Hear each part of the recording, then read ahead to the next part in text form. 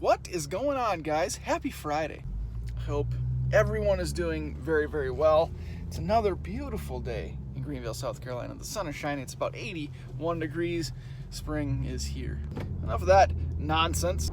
So simply due to time constraints, this video is going to take place over the next couple of days, I would say. But you are going to want to subscribe right now because it's going to be a good one. Okay, I don't know how good it's going to be, but we're going to install these lowering springs, so you might want to stick around and see the end result. So for the installation, we know that we're going to need a spring compressor. So I checked around. I don't have one. I called O'Reilly's. You can rent one. It's $53.95 for 48 hours. He said you can keep it longer, but they prefer to keep it under 48 hours. If you decide to keep it forever, it's just that $53.99 that you paid to rent it. Well, I'm one of those people that absolutely hates to rent something if you can buy it for the same price or just a little bit more, especially if you can buy it for less. So I'm heading to my favorite store. I know I have pointed out a couple of different favorite stores over the course of these videos, but we're going to Harbor Freight because I think you can get a spring compressor, coil spring compressor, for about 40 bucks. So we're going to check it out, see what we can find, and then we're going to get to it. And thank you everybody for stopping in and viewing this video. And if you're new to the channel, I appreciate you stopping in as well. Hit the subscribe button right now. We got a lot of things going on this summer, and I've got a lot of maybe you'll find them interesting videos posted over the last 12 months or so. So go ahead and check those out and go ahead and get caught up. Thanks again. Let's move on with the rest of the video. I got this bad boy too, so let's roll. Better get a look at it like this now. Next time you see it, it'll be about 1.5 inches lower. So I'm pleasantly surprised. This spring compressor here, actually only $31 here at Harbor Freight. And with my 20% off discount, I thought I'd get some of these for the little impact drill that I have, or impact gun, whatever you want to call it. And total cost was like 35 bucks, so that's a steal. All right, let's go. Heck yes, we got a girl's life.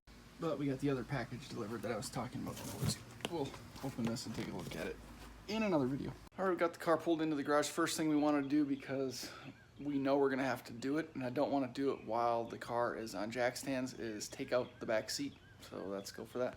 Lighting's not the best in here, but there's two clips, or there's some clips on the underside. You can feel one here. They just pull out. That will release the bottom seat and expose 4 bolts. One here, here, here, and then across on the other side.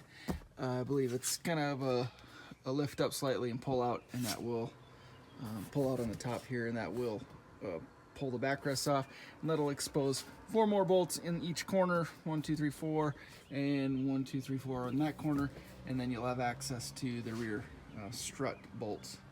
And now with the bottom out, you're able to see these bolts. This one here, there, another one, and the 4th one hidden under the seatbelt there. They're actually nuts, and they're 14 millimeter. Obviously impossible to do this with one hand, but basically pull out the bottom to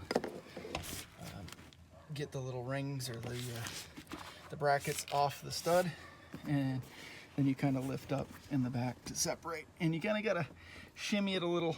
Don't force it, it'll come. Just give it a couple jiggles. Just tapping around back here while I got the seats out. Do a little bit more sound deadener, but we won't film that. These plates off here with these 4, they appear to be nuts as well, and both corners. Delivery. Sorry, there's a hidden little sucker back there too. One thing I always forget to do is take before and after measurements. We actually get a good sense of the drop. I'm too impatient, too hasty, so I'm gonna remember it this time around. So at the front, we're sitting at right at about 28 inches. The rear is about exactly the same, just under 28, about 27 and 7/8. Okay. All right, now we're gonna remove the strut tower brace. We'll leave the brackets on because we obviously don't want to loosen the strut bolts yet. So we'll just take the brace off so we can get access to these. So I got the pollen, the strut bar off, and what I did was just break these little nuts loose, the nuts into the strut tower. And then what I want to do is just break this loose while it's in here too, but I think we're gonna jack the car up just a bit so we can get the wheels off first. All right, wheels are off. Let's take a look at what we gotta work with here. So we got the brake line here. It looks like there should be enough slack in it, so I don't think I'm gonna mess with that. This is what we're trying to get out, obviously. Connects down there. Get the sway bar end link off so we get a little more flexibility. And let's get to it. Alright, so we're going to try to keep this as simple as possible. I'm going to try to get a little slack in these lines here, so just slide these little grommets out. There's one in the back as well. Boom. Just so we're not stretching anything. And to keep it simple, we'll take this out here. And obviously the bolt holding the bottom of our strut in. And then, like I pointed out before, we'll get rid of the sway bar end link. And that should free us up enough to pop this out once we take those nuts out from above that we broke loose just a minute ago. Got the sway bar end link off as well. And again, use the air impact. It's a tough bolt to break. Just keep track of the whole assembly. So we got the nuts off the strut. And what I said to do before is to break that one loose. It's going to be much easier to get that top hat off when it's still in this strut tower. Disconnect the upper control arm as well. This should be another 17 millimeter nut. Hold this down when we pull it out so you don't mess up your threads. Bungee straps or zip ties, very helpful. You don't want this thing flopping around and stretching anything out or getting in your way. Let's pull this out.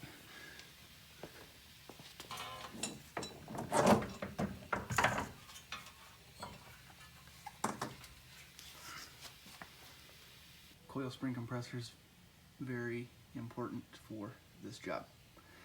These aren't on tight, so we'll adjust. Pressure on the springs on the stock strut, but I just tighten these up just enough so it doesn't fly off, just in case.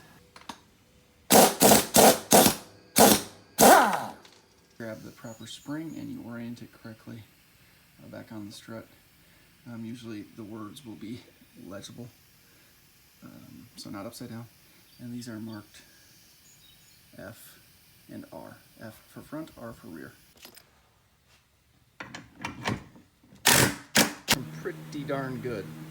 So good enough, the threads are exposed, we'll put the nut on and then we'll start to release the tension on the spring and make sure everything is seated properly.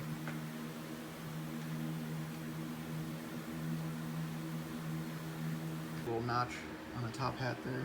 You want the spring to fall right in. And see on this side too, on the bottom, you'll want that to bottom of the spring to seat properly right there.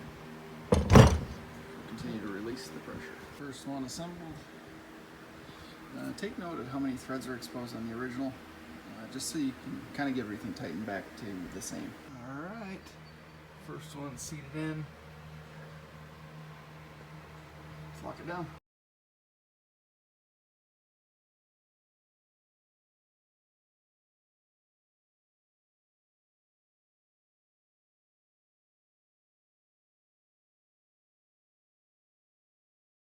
All right, the front is done. We're about to lower it. Now this isn't going to be completely accurate because the rear is not done yet, but we should get an idea of how low it's going to be. Here we go.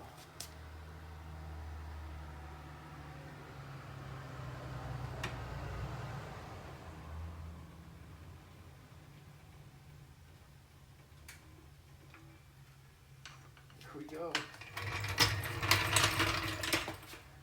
Remember when we started, we were at 28 inches to the fender,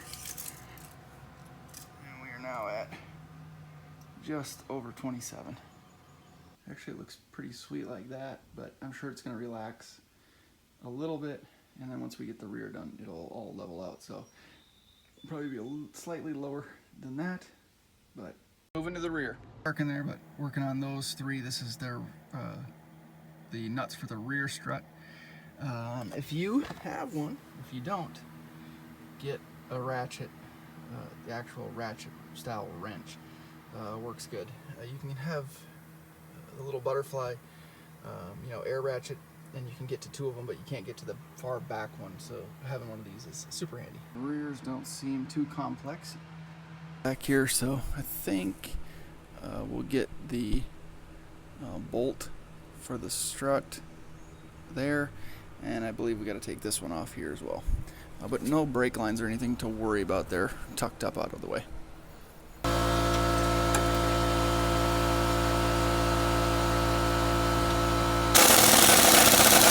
You don't need so a little extra weight to push this whole assembly down so you can get it out. Preferably somebody heavier than 100 pounds. I had my daughter on here. She jumped a little bit and it just gave me enough downforce to get this out. So time to take the spring off. The hardest part is getting these things back in when you're by yourself and you don't have enough weight to push down on the assembly, but get her lined up and bolted in. I found it easiest to line the studs up from the top of the strut into their proper locations, finger tighten the nuts on them so it stays in place, allowing you to basically jiggle it into place on the lower control arm and get it bolted in.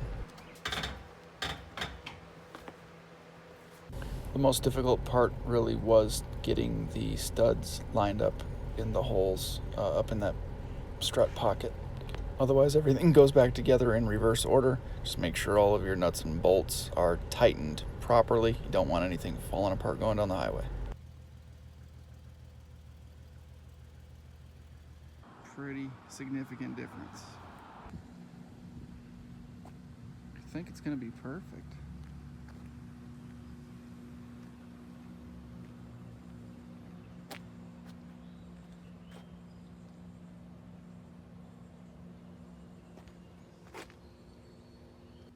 We'll get some better video coming up, but we're done. Oh man. Well, it's definitely a project if you want to take it on yourself, but it is doable. An impact gun is your friend. Make sure you have 17mm sockets and wrenches, 14mm sockets and wrenches, 12mm sockets and wrenches, and spring compressors, definitely a must. Take your time, make sure you go back through and check all of the nuts and bolts and make sure everything's tight. You don't want to be wobbling as you go down the road and end up killing yourself. Stick around, we got some more parts in, but we'll take a closer look at the car when we get some better daylight and kind of walk around and take a look at it once it gets kind of settled down. The springs will settle just a little bit overnight. We'll take a final measurement, see what the difference is, and there we go. Thanks for watching. Subscribe if you haven't already. Appreciate the support, and we'll see you in the next video.